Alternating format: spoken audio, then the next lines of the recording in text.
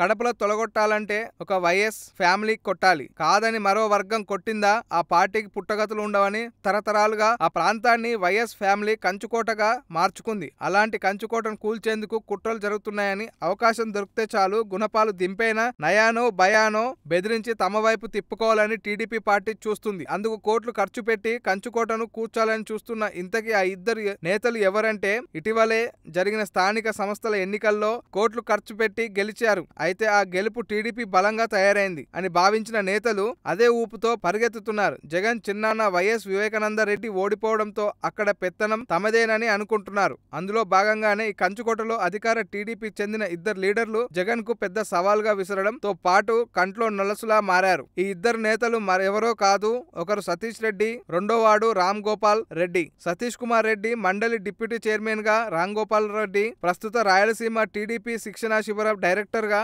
పులివెందలో టీడీపీని బలోపేతం చేసే విషయంలో మొండి పట్టుదలతో అక్కడికి ముందుకెళ్తున్నారు. దివంగత మాజీ సీఎం రాజశేఖర్ రెడ్డి టైంలో ఆ ఇద్దరు నేతలకు వైఎస్ చెక్ పెట్టాడు. ఇప్పుడు మళ్లీ రెచ్చిపోతున్నారు. ఇప్పుడు జగన్ కూడా చెక్ పెట్టేందుకు రెడీ అవుతున్నారు. వీరిద్దరు కలయికతో ఎప్పటికప్పుడు గమనిస్తూ జగన్ వీరిపై కన్నేసి ఉంచారంట.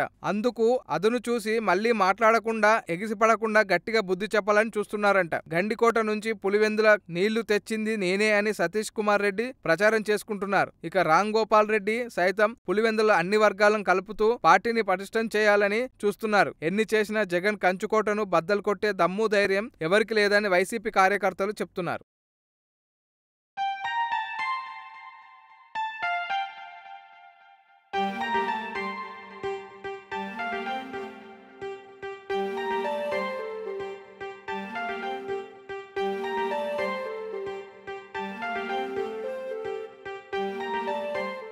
ఏం చేస్తున్నావు సిద్ధు?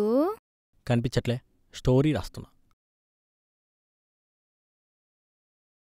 సిద్ధు, నన్ను హీరోయిన్గా పెట్టేదని వెబ్ సిరీస్ ప్లాన్ చేయొచ్చు కదా. నిన్ను పెళ్లి చేసుకోవడమే ఎక్కువ, పైగా ఇదొకట. అయినా డబ్బెవడు పెడతాడు? మీ బాబా. సిద్ధు ప్లీజ్ సిద్ధు. సరే గాని చేద్దాం. ఇంతకీ టైటిల్ ఏమనుకున్నావు? టైటిలా? నీకిష్టమైన డైరెక్టర్ పేరు, నాకిష్టమైన హీరోయిన్ పేరు శ్రీదేవి, వైఫ్ ఆఫ్ రాఘోపాల్ వర్మ. బాగుందే కదా?